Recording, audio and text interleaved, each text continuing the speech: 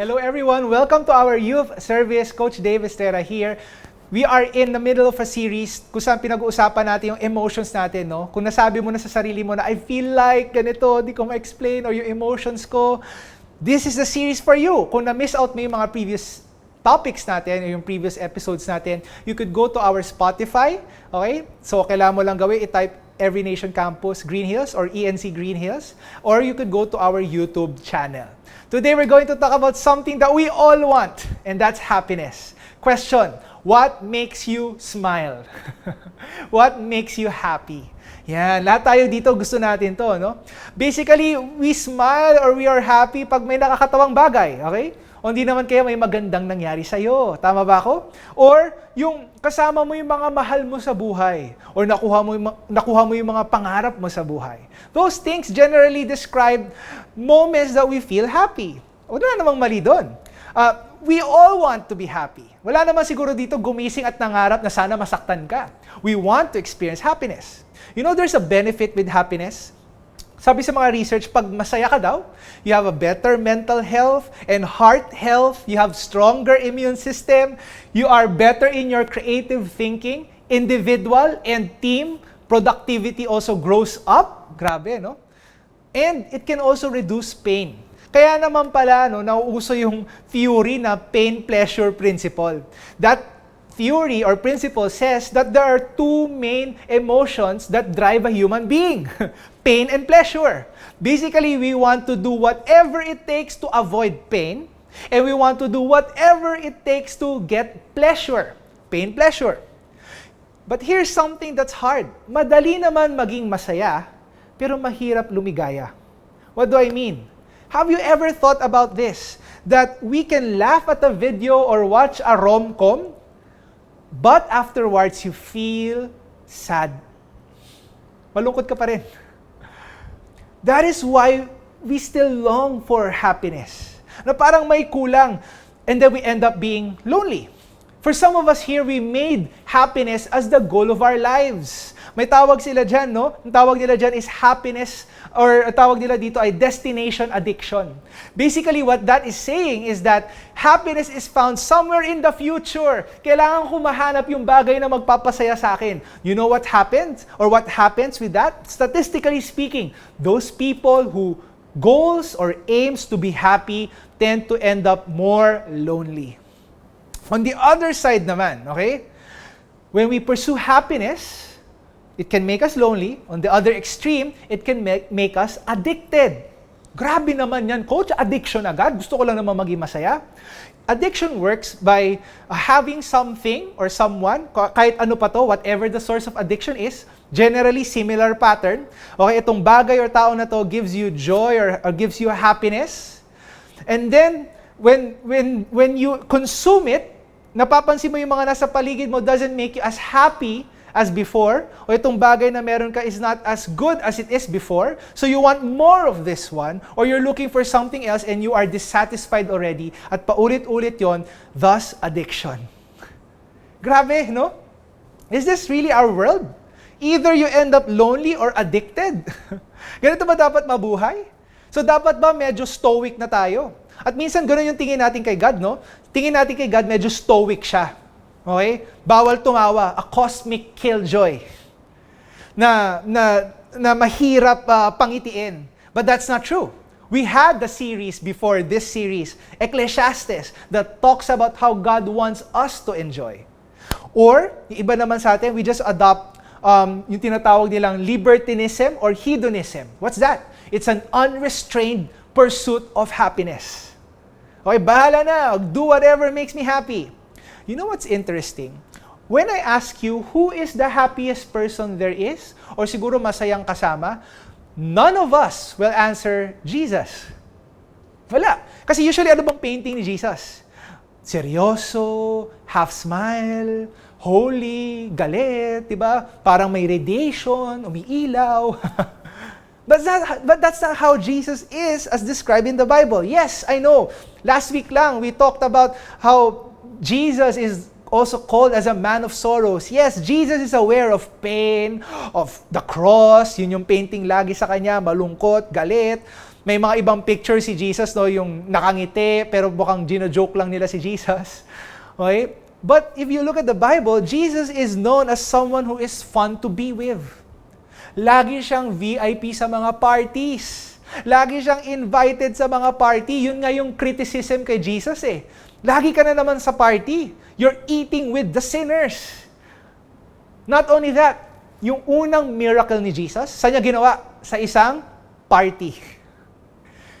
And, alam niyo ba yung mga parables ni Jesus? Siyempre sa panahon natin ngayon, yung parables niya parang napakaseryoso, no? Pero sa panahon ni Jesus, yung ibang mga parables niya are humorous in nature. Nakakatawa siya. Imagine, camel, ipapasok mo sa mata ng karayom. During that time, that's a form of humor during their time. People want to be with Jesus. There's a certain joy or happiness when you are with Jesus. And that's what we're going to look at today. Happiness is normal.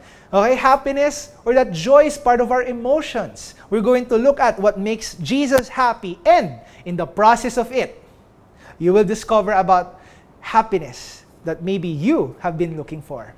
Lord, we pray even today, handa niyo yung puso namin that we will receive from you and that you will prepare our hearts for joy. In Jesus' name, amen and amen. So let's start off. What makes God happy? Yung unang-unang time na makikita natin masaya si God is in Genesis 1 verse 31. After create ni Lord lahat ng mga bagay, sabi dito, God saw everything that He had made, and behold, it was very good. Masaya siya sa mga create niya. Have you ever wondered why when you go nature tripping, may nakita kang lake or beach o kaya forest o kaya sea of clouds, it brings a certain sense of joy or happiness. You want to know why? Because that's how God is when He saw nature. Kaya nga nakakalungkot ngayong quarantine, hindi tayo makalabas to nature. That's why we feel sad. But isn't it true when we see something beautiful that God created, it produces in us happiness or joy? What else?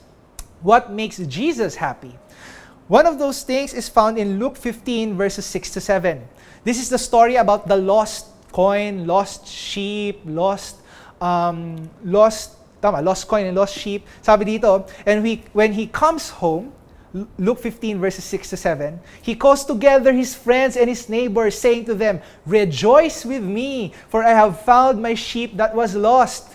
Just so I tell you, there will be more joy in heaven over one sinner who repents than over 99 righteous persons who need no repentance." In short, Jesus and God is happy when lost people are brought back to Him. When a sinner repents. Kung feeling mo, makasalanan ka at gusto mong bumalik kay Lord, you have made God smile. What else? In Luke 10 verse 21, what else makes Jesus happy? Luke 10 verse 21, sabi dito, "In that same hour he rejoiced in the Holy Spirit and said, I thank you, Father, Lord of heaven and earth, that you have hidden these things from the wise and understanding and revealed them to little children. Yes, Father, for such was your gracious will." Wow, grabe. Masaya pala si Lord nung nakita niya yung mga disciples niya na mas nakilala si God. And the context of this was that Jesus commanded His disciples to go, to heal, to cast out demons, to preach the gospel. Tapos pagbalik nila, sabi ng mga disciples, "Lord, grabe! Nakapagpagaling kami na hindi ka kasama." "Lord, grabe! Nakapag-cast out kami ng demons." "Lord, grabe!" Ganyan. And sabi ni Jesus dito, He was very happy. Jesus was happy when He sees the effect of sin and devil reversed, and when His disciples get to know God in a whole new way. Yung isa pang time na makikita natin dito, sa John 15:11, "These things I have spoken to you, that my joy may be in you, and that your joy may be full." In short, sinasabi ni Jesus, masaya ako pag kayong mga disciples ko, stay with God and grow in your relationship with Him. It brings Jesus happiness. Ano pa? Jesus is also happy when He does the will of God and He sees the result of His sacrifice. Diba kaya nga pumunta si Jesus dito to save you and me. So He endured the cross, yun yung Hebrews 12:2 uli. Looking to Jesus, the founder and perfecter of our faith, who for the joy that was set before Him, masaya si Jesus nung nakita niya yung ending, pag namatay ako at nabuhay ako uli, this is the joy set before me, endured the cross, scorning its shame, and is seated at the right hand of the throne of God. Jesus is happy when the will of God happens. And He sees the effect of His sacrifice. To summarize all of those things na one word lang para maalala mo what makes God happy, what makes Jesus happy. Redemption. Yung epekto ng kasalanan is defeated when God reigns, when sinners go back to Him, when disciples grow in His relationship with Him, when God's children stay with Him. Notice that this source of happiness for Jesus is not about Himself. Dito ko sa Kanya. At ibang-iba ang definition ng happiness kay Jesus sa definition ng happiness natin. Kasi pag kaligayahan natin or happiness natin, what makes us happy rather? We are happy by the things na goes for us. In short, iniisip natin yung mundo should give us pleasure. We are the center of attention. Ibang-iba kung paano nagpapasaya kay Jesus. For us, happiness is when we get the things that we want. We feel good things for ourselves. But for Jesus, it's different. It's when He sees other people being happy and being restored, redeemed back to God. You know what? Magkaiba kasi yung happiness sa joy. Now, alam ko, no, sometimes it's semantics. Ibig sabihin how we use words. But it's in practical sense, magkaiba si happiness sa joy. Happiness kasi is conditional. It is also changing. Joy is unconditional and it will stay with you because it is based on what Jesus did for you and me. Example, ngayon kung bibigyan kita ng 3,000, 5,000 sa mga nanonood, aminin mo, pag may pumasok dyan yung nanay mo sa kwarto mo tapos binigyan ka ng pera, aminin mo, di ba magiging masaya ka? What will make you sad? Pag naubos na yung pera. Because happiness is conditional. Pag meron, masaya. Pag wala, malungkot. At kung may sakit, iiwasan ko. Naghahanap ako na magpapasaya sa akin. Happiness is conditional. It's temporary.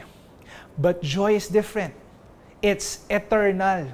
It's not based on what we have here. It's based on what He did for us.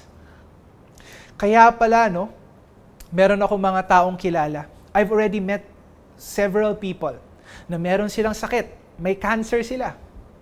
Kitang-kita mo sa mata nila na nasasaktan sila. They're not happy. But when you talk to them, there's joy. Because it's not based on your circumstances. It's based on who they know God is and God's promises for them. Happiness kasi is a byproduct of doing something else.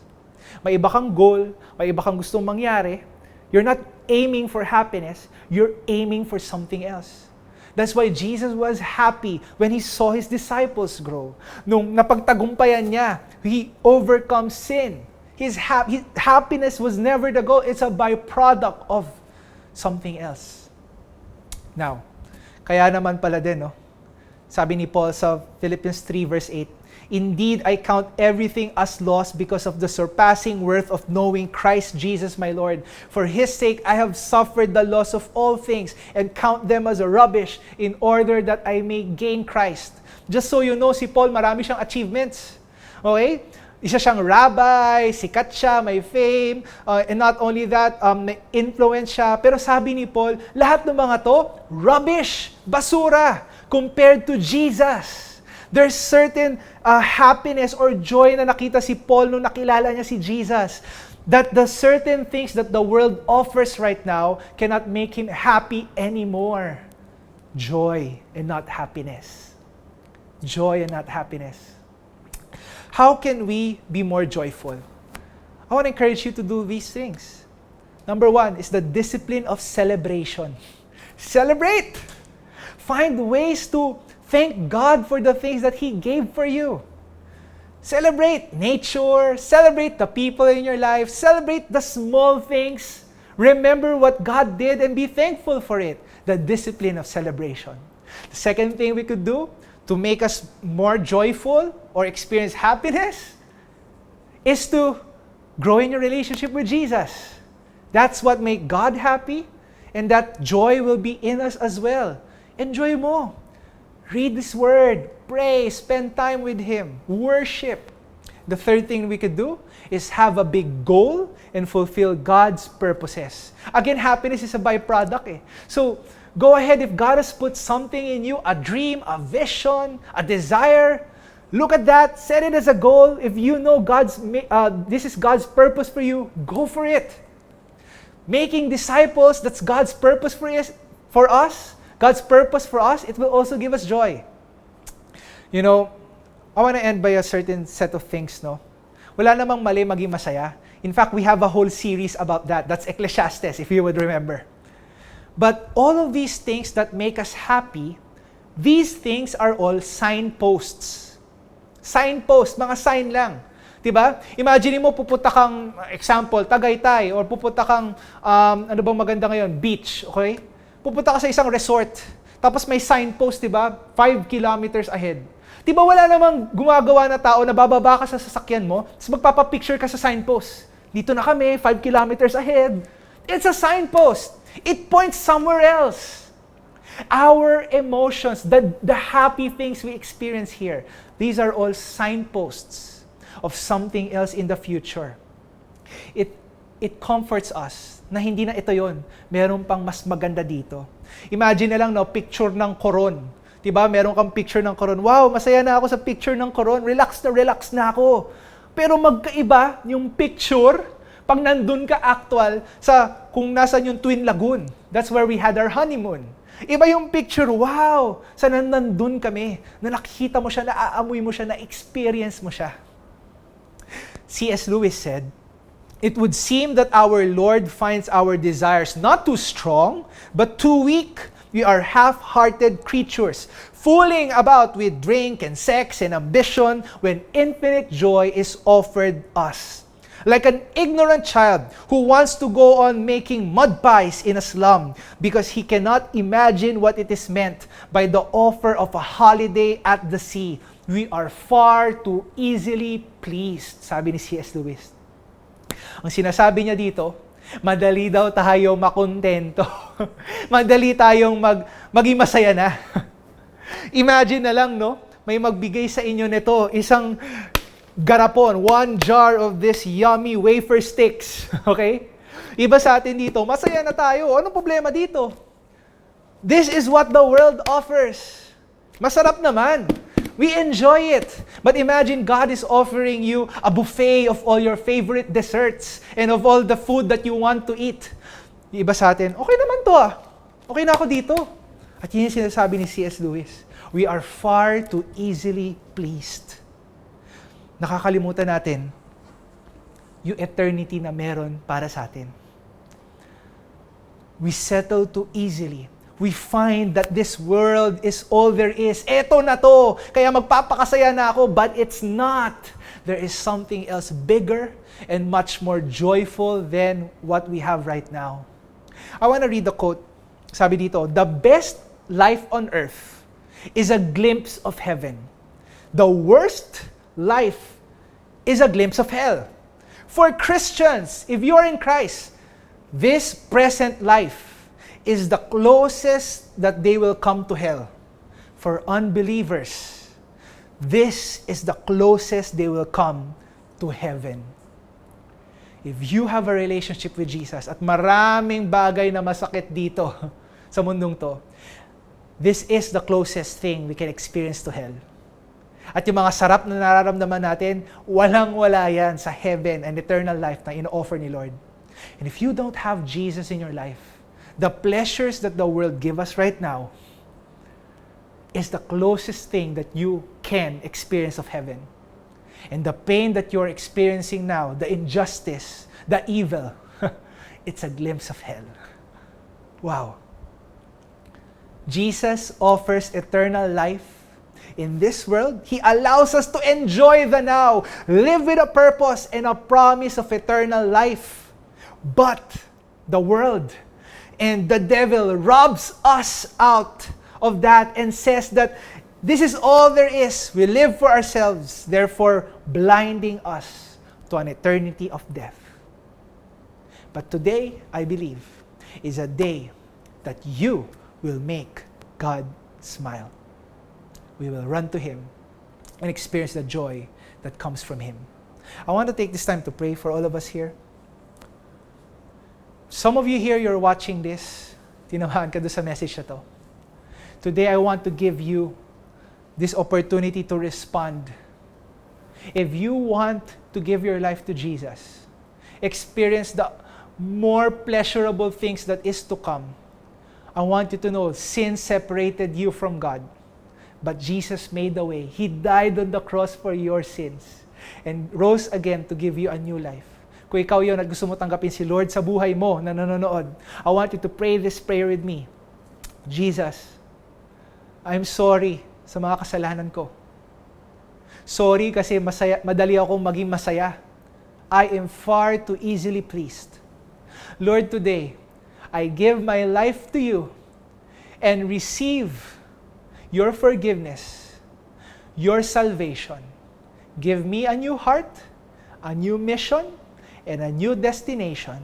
In Jesus' name, amen.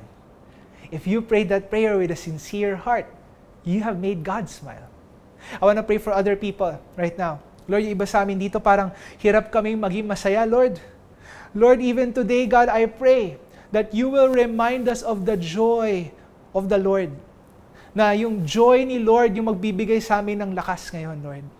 And Lord, I pray that even as we see the things before us, we will smile, we will have fun, we will enjoy, because you are with us. In Jesus' name, amen and amen. One way that we express our happiness or joy is when we worship. I want to invite you to sing and worship with us kung nasan ka man.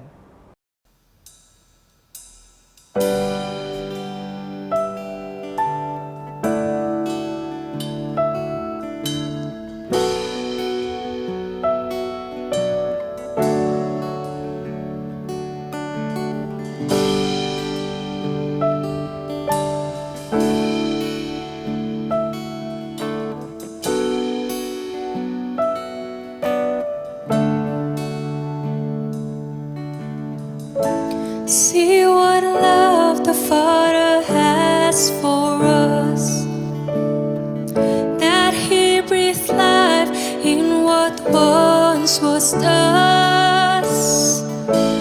Oh, what love lavish on us, that His Son would give His life for us. We receive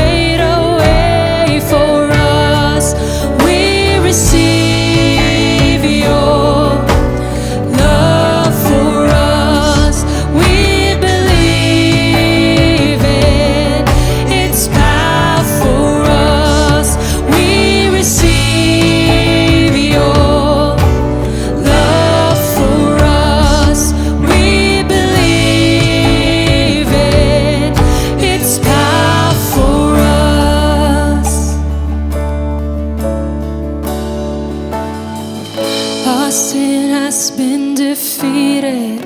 Oh, dead, where is your sting? The love of our Messiah has won a victory. The power of your love, we sing, Lord, we receive. The love that bought our freedom, the love of Christ our King. Our sin has been defeated. Oh, dead, where is your sting? Let's declare. The love of our Messiah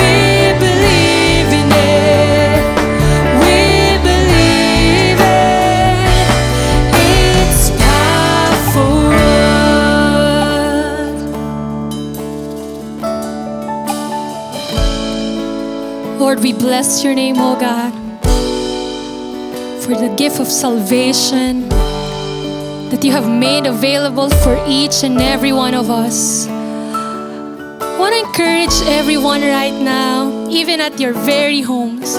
Why don't we lift our hands to the Lord as an act of surrender, also as an act of us receiving what God has given us. Can we do this right now? Pray on your own. Maybe for some of you are gonna just thank God for everything that He has done for your life. And maybe for some of you, you're gonna cry out to God right now. Everything that you're going through. Receive the love of the Lord.